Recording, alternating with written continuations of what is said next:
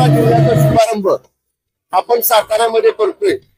माननीय मुख्यमंत्री एकनाथ शिंदे साहेब, माननीय उपमुख्यमंत्री फडणवीस साहेब, माननीय उपमुख्यमंत्री अजितदादा पवार, महिला बाल कल्याण मंत्री माननीय दत्तात्रय हे सगळे मान्यवर या कार्यक्रमाला उपस्थित राहणार आहेत। आणि आज जर आपण बघितलं तर इथं अनेक महिलांना मी भेटलो।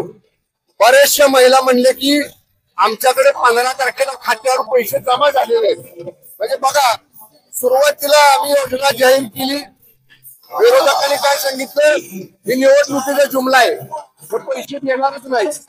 आता आम्ही पैसे खात्यावर जमा केले, म्हणजे हे सरकार जी घोषणा करते, तो शब्द देत ते पाळणार आहे। आणि म्हणून मी आजच्या दिवशी एवढंच सांगेन, बऱ्याचशा महिलांची मी बोलतो, महिला म्हटल्या पहिल्यांदा महिलांचा विचार शिंदे साहेबांनी, फडणवीस साहेबांनी, दादांनी केलाय। आम्ही या तिघांच्या पाठीशी ठामपणे उभं राहू असं महिलांनी आता चर्चा करताना सांगितलेलं आहे। त्यामुळे महाराष्ट्रातल्या महिला या पूर्ण ताकदीनं महायुती सरकारच्या आणि शिंदे साहेबांच्या, फडणवीस साहेबांच्या, दादांच्या पाठीशी उभे राहतील।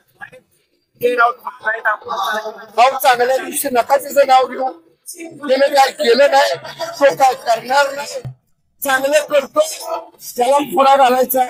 एवढ्या चांगल्या कामात, एवढ्या चांगल्या कार्यक्रमात असे नकारात्मक भूमिका असणाऱ्या लोकांचं नाव घेऊ नका, त्यांचा प्रश्न विचारू नका। आणि एवढंच असेल कार्यक्रम झाल्यावर मी त्याचा योग्य समाचार घेतो।